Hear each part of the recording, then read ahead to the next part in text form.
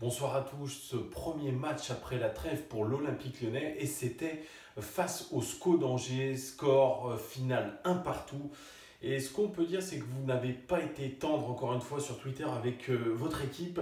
Sébastien Ménès qui nous dit Lyon se doit de corriger cette équipe d'Angers s'il ne leur colle pas 3 buts. C'est une faute professionnelle. Le ton était donné déjà avant le match. Ensuite, Achapa Wawa, OL, nous dit comme d'habitude, il suffit de défendre bas contre nous pour nous contrer. Et Ingon Descanu qui nous dit pourquoi ce spectacle de lumière à la mi-temps. C'est pour masquer le spectacle indigne de la première mi-temps. Oui, c'est en référence au spectacle lumineux avant le début de la seconde période. On va revenir en chiffres sur ce match et effectivement, il y a de quoi dire. Au niveau des statistiques, ça donne quoi? On a eu 73% de possession de balles, ce qui est assez hallucinant. C'est une moyenne que les équipes comme le Paris Saint-Germain possèdent. Le SCO d'Angers a abandonné complètement cette possession. C'était voulu par l'équipe de Stéphane Moulin. Moi, j'aime bien m'attarder sur les expected goals. J'avais dit que je le ferais. Pour l'Olympique Lyonnais, on termine à 1,34 expected goals, c'est-à-dire que nous aurions dû marquer un tout petit peu plus qu'un but. Et le SCO d'Angers a fini à 1,16 expected goals, qui est à peu près vraiment ce qu'ils ont marqué. Ils ont marqué ce qu'ils auraient dû. Nous, on y a eu un poil plus d'occasions, mais pas des masses. Au vu de la seconde mi-temps, on aurait pu penser que les expected goals auraient pu être supérieurs. Donc finalement, l'OL n'a pas tant dominé les débats que ça en seconde mi-temps. On continue avec les statistiques plus précises de ce match. Nous avons fini avec 19 tirs à 9, 7 cadrés contre 2 côtés angevins, 87% de passes réussies, ce qui est une moyenne très haute par rapport à 62% pour les angevins. Et au niveau des duels aériens, c'est kiff-kiff. Nous avons gagné 53% des duels aériens par rapport à 47%. Il y a eu énormément d'impact dans cette rencontre. Au niveau des dribbles, on est largement au-dessus. 15 dribbles gagnés par rapport à 8 dribbles côté angevin. Et par contre, ils nous battent au niveau de l'agressivité sur les tacles. 21 tacles gagnés contre 14 côté lyonnais. Dont 10 sur Fekir, on en reparlera plus tard. La tactique angevine était très simple, elle a été expliquée par Stéphane Moulin.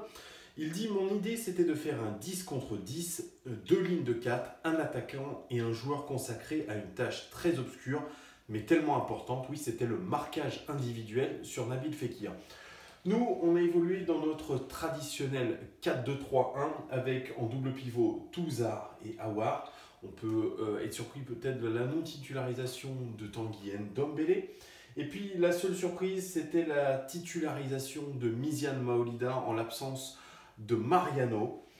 Dans le détail, dans les faits plutôt, la position moyenne des joueurs a été plutôt composée comme suit.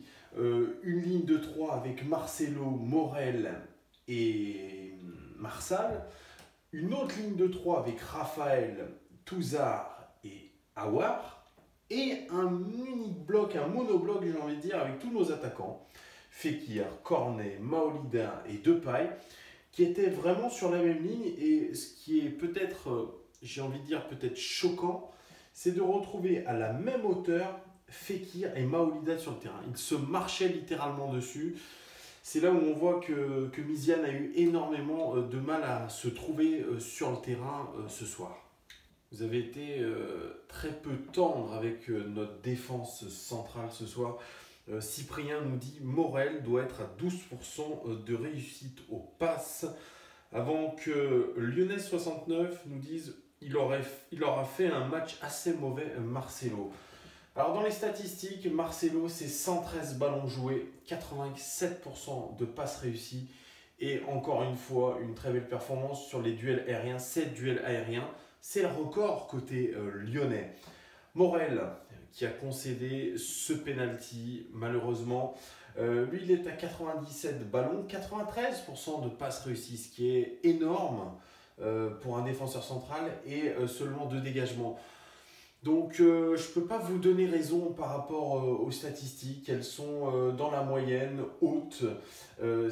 Malheureusement, Morel aura concédé ce penalty et ce sera peut-être le fait du match qui lui coûtera. Mais si vous vous souvenez bien, dans les dernières minutes de jeu sur une contre-attaque angevine, une énième contre-attaque angevine, il place un tacle de la dernière chance qui nous a fait beaucoup de bien. Donc voilà, on ne peut pas non plus tout demander à Jérémy Morel. Je crois que sur ce match, à part le penalty concédé, on ne peut rien lui reprocher. Pour moi, la vraie satisfaction défensive, ce sont encore une fois nos latéraux et notamment Marsal. 115 ballons joués, c'est le record côté lyonnais. 94% de passes réussies, c'est le record aussi côté lyonnais.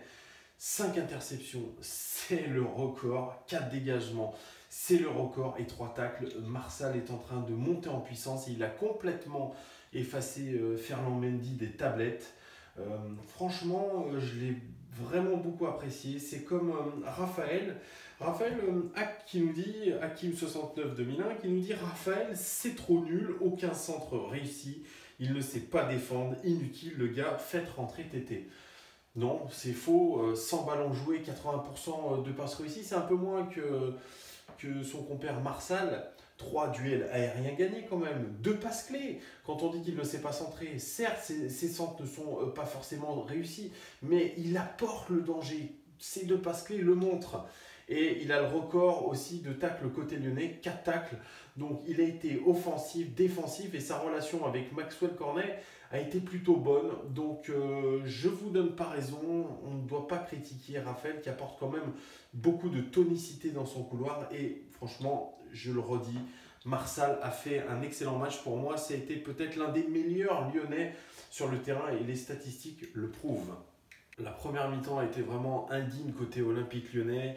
Et sur les réseaux sociaux, Quentin qui nous dit: Genesio n'a pas encore compris qu'il fallait pas mettre Aouar en 6 mais plus haut, Ndombele qui joue pas, 3 petits points. Effectivement, ce qu'on a vu en première mi-temps, c'est un Aouar plutôt attelé à des tâches défensives et manquant d'impact. On aurait aimé le voir beaucoup plus entre les lignes, ce qu'il a réussi à faire en seconde mi-temps. Effectivement, la rentrée de Tanguy Ndombele a apporté beaucoup plus de densité, notamment en cassant les lignes et en apportant tout son physique et sa percussion. Alors, ce double pivot, comment a-t-il fonctionné? Lucas Touzard, c'est 94 ballons joués, ce qui est plutôt pas mal, 93% de passes réussies. Ce que je lui reprochais et ce qui était indiqué dans les statistiques, c'était vraiment son manque d'application sur les passes et son taux de réussite assez faible. Et ben, cette fois-ci, il a élevé son niveau de jeu, notamment sur ses passes.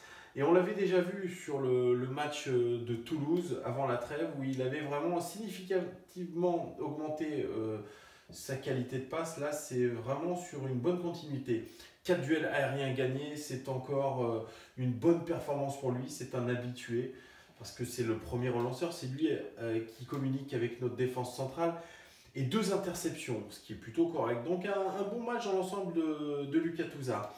En ce qui concerne Oussem Aouar, qui était plutôt dans ce rôle de projection vers l'avant, 101 ballons joués, ce qui est pas mal aussi, 90% de passes réussies, toujours léché ce jeu de passes de Oussem Aouar.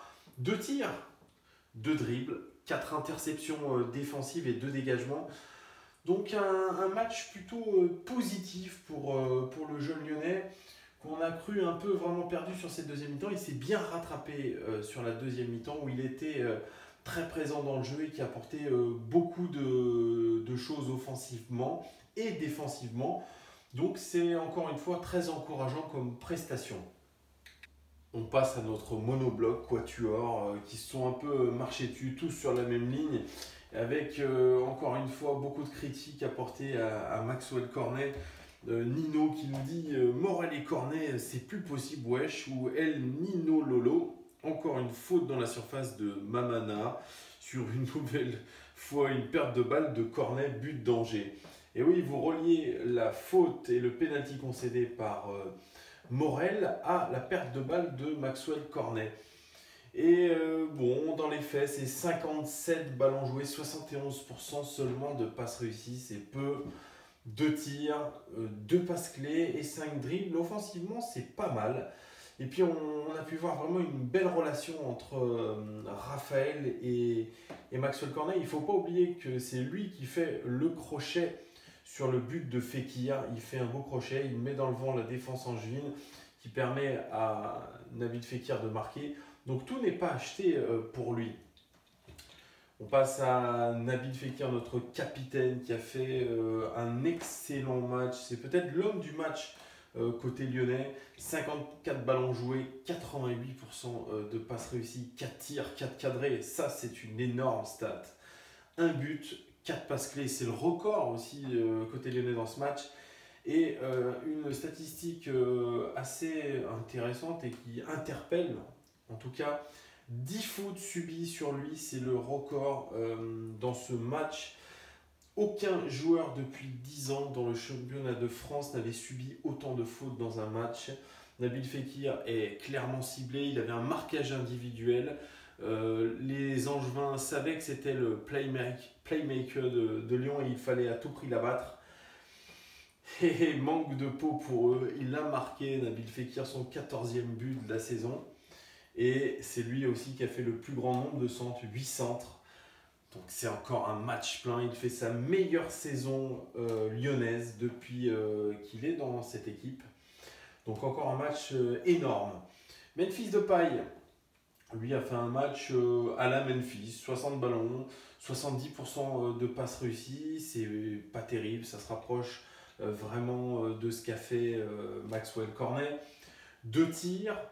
Non cadré bien évidemment, et 2 passes clés. Il est toujours dans les bons coups, Memphis Depay. C'est dommage, il aurait pu vraiment être décisif.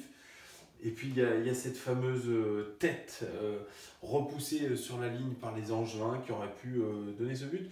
Donc voilà, d'une Memphis, d'un côté on se dit qu'il peut faire quelque chose de bien, d'un autre on est agacé. Bref, voilà, il a été remplacé par Tanguy Ndombele, que vous réclamiez sur le terrain et qui n'a pas déçu. 30 ballons, 87% de passes réussies et 3 passes clés en 20 minutes, ce qui est énormissime. Donc voilà, Tanguy Ndombele, il apporte cette impulsion. Alors j'ai l'impression que Bruno Genesio le fait rentrer en cours de match pour vraiment essayer de mettre un coup de fouet à cette équipe. Et on sent qu'il est quand même meilleur quand il rentre que quand il est titulaire, effectivement. C'est un piston, donc il est capable de fatiguer une équipe qui est déjà usée par une possession à 73%. Donc voilà, Tanguy Ndombele aurait pu faire mouche. Voilà. Et puis on finit avec Miziane Maolida. C'était sa première titularisation en pointe à la place de Mariano. C'était une occasion inouïe pour lui de se montrer. 34 ballons seulement, 65% de passes réussies, c'est peu. On dit du jeu de Mariano, mais lui c'est pareil, c'est 65% de passes réussies, c'est pas terrible. Et une statistique qui est aussi importante, c'est 4 mauvais contrôles pour lui, c'est le record côté lyonnais dans ce match. Miziane qui ne s'est pas trouvé, je l'ai dit tout à l'heure, il marchait sur les plates-bandes de Nabil Fekir, donc il a eu un peu de mal à se situer sur le terrain, et c'est très dommage pour lui parce qu'il avait une occasion inouïe de se montrer. Il a été remplacé par Amine Gouiri qui a failli marquer et qui était plus remuant en 10 minutes que lui en 80 minutes. Voilà, donc Miziane, il n'a pas gagné des points ce soir. Définitivement pour vous sur Twitter, ce n'est pas un bon match, c'est un mauvais résultat même. Maxence Fournel qui nous dit: les joueurs doivent être capables de se remobiliser avant la mi-temps. Il ne faut pas toujours attendre la pause pour se remettre dedans. Mauvais résultat, surtout à domicile. Effectivement, tu as raison Maxence. C'est quand même assez énorme. C'est toujours la même chose côté Olympique Lyonnais. Ça dure déjà depuis la saison dernière. On n'arrive pas à se mettre dedans dès la première seconde de jeu. On attend toujours la seconde mi-temps pour faire quelque chose. Comme si les joueurs attendaient vraiment de se faire secouer. Donc oui, on a de quoi être déçu. Ce match a été mauvais dans l'ensemble. L'Olympique Lyonnais a été très souvent obligé de courir après une sorte de condition physique. Parce que voilà, ils avaient fait un stage de préparation hivernale en Espagne qui était censé leur donner un regain de forme pour ce début d'année, pour ces premiers matchs après la trêve. Il n'en a rien été. La première mi-temps a été très compliquée. Donc voilà, moi quand je vous faisais une petite vidéo sur les expected goals et en vous disant que l'OL est en sur-régime et qu'il le payerait finalement en ce début d'année, j'ai bien peur que ce scénario se déroule exactement comme je l'ai imaginé. Et puis surtout comme les statistiques l'ont imaginé. Donc le prochain match, il est mercredi, il est contre Guingamp. Voilà, on n'a pas le temps de se poser des questions. C'était une occasion unique de prendre seule la deuxième place. Là, on reste à égalité de points avec Monaco et nous sommes troisième. Voilà, il faudra absolument prendre les 3 points face à Guingamp. On sait que ça sera difficile. Et puis, il y a ce match de dimanche contre le Paris Saint-Germain qui est déjà crucial. Il faut être absolument compétitif. Donc voilà une grosse semaine de travail et de pression pour l'Olympique Lyonnais. Et on espère vraiment que les résultats seront au rendez-vous. Ne lâchons rien.